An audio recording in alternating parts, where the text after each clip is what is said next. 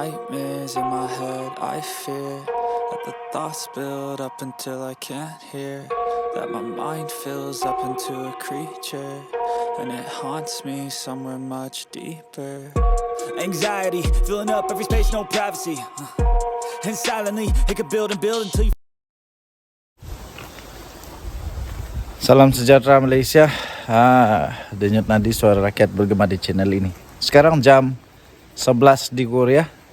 Jam 11, sejuk di sini negatif 1.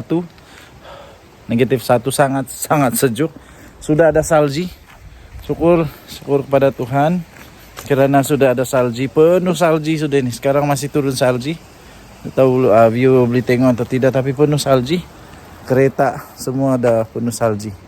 Negatif 1 sekarang, sekejap lagi negatif 2.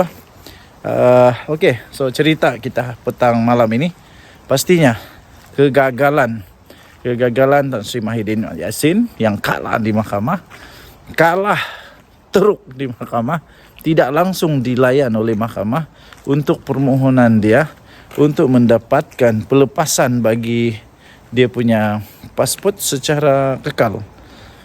Jadi ditolak mentah-mentah. Kerana apa? Kerana dia ada satu lagi, dia ada kes lagi AMLA, Anti Money Laundering Act.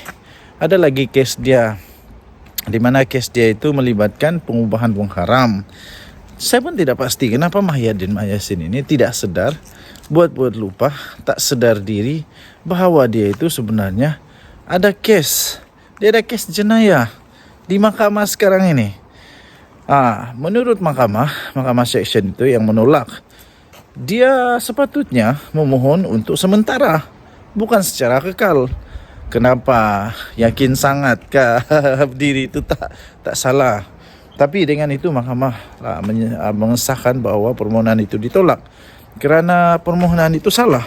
Tidak sepatutnya permohonan begitu. Jadi tuan-tuan dan puan, kita sudah tahulah bahawa beliau kalah di mahkamah dan apa yang dilaksanakan itu salah oleh beliau. Jadi pada hemat saya, Tan Sri Muhyiddin Yassin perlu ingat apa yang terjadi kepada Najib Razak. Apa yang terjadi kepada Najib Razak ketika waktu dia jadi Perdana Menteri dulu. Masihkah kamu ingat bahawa waktu itu bukan main lagi bising tentang Najib, nak minta macam-macam. Tapi bukanlah geng-geng Muhyiddin yang bising kot. Mungkin waktu tu geng-geng PH yang bising. Tapi kita kena adil lah. Kalau waktu itu orang bising tentang Najib, kali ini adil lah. Dia pun kena bising juga dan tidak patut untuk dia dapat balik dia punya pasport lah. Sedia dulu, kasih selesai dulu semua di mahkamah. Itu belum tahu lagi. Kalau Muhyiddin Yassin kalah di mahkamah dan kena penjara, habislah, memang dah boleh keluar lah daripada Malaysia. Lepas tu yang menariknya lagi ialah tujuan dia untuk minta pasport itu sangat lucu. Tujuan dia minta pasport itu sangat lucu kerana bukan benda yang penting macam mana pun. Dulu waktu Najib mau tengok anak dia beranak di Singapura, bukan main bising lagi seluruh Malaysia. Tapi ini nak pergi bercuti je. Jadi pada hemat saya, hendaklah adil kepada semua. Jadi kalau sudah ditolak yang dulu, sekarang pun tolak juga. Apa pendapat anda? Sila tinggalkan komen.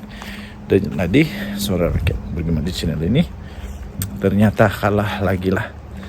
Yang datang ini akan tanda bahawa banyak lagi kekalahan yang akan dinikmati oleh mereka-mereka yang berkenaan. Kita jumpa lagi. Bye-bye. Salam sejahtera Malaysia. Denyut nadi suara rakyat bergema di channel ini. Saya masih di Korea. Dan sekarang cuaca di sini negatif 1. Negatif 1 sekarang jam lebih kurang 7.30 ya. Tepat 7.30 di Korea sekarang. Di Malaysia sekarang pukul 6.30 lah, sebab 1 jam dia punya beza masa. Okey, sejuk. Kalau kamu boleh tengok Ada asap keluar di mulut. Bila bercakap ada asap keluar. Oh. Dan awan di Korea itu memang kalau negatif, awan dia memang kosong lah. Awan dia memang kosong. Okey, so apa berita kita hari ini? Terbukti Datuk Seri Anwar Ibrahim tak main kotor. Datuk Seri Anwar Ibrahim tak pernah main kotor. Dan terbukti juga semua dakwaan daripada geng-geng Hamzah Zainuddin, geng-geng Muhyiddin Yassin, kawan-kawan kepada Muhyiddin Yassin, kawan-kawan kepada Hamzah Zainuddin, bos-bos bersatu yang mendakwa kononnya Perdana Menteri kita yang amat dihormati, yang amat berhormat Datuk Seri Anwar Ibrahim. Katanya ada ugutan lah, ada sogokan lah, ada rasuah lah, sehingga nak buat laporan polis lah, ada bukti lah, macam-macam. Tapi akhirnya tim tampil MP daripada Jeli yang telah pun menyokong Datuk Seri Anwar Ibrahim, menyatakan sokongan kepada Datuk Seri Anwar Ibrahim. Dia tampil dan memberikan penjelasan yang pasti membuat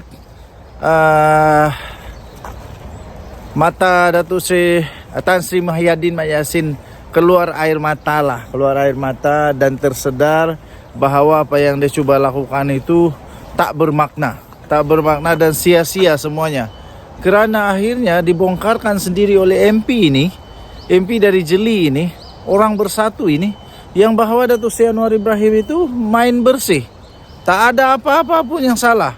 Dia tak pernah beri ugutan, dia tak pernah bagi rasuah, dia tak pernah bagi sokongan, dia tak pernah buat apa-apa yang tak betul kepada MP Jeli ini. Malah MP Jeli mengakui bahawa dia lakukan semua itu kerana rakyat di Parlimen Jeli.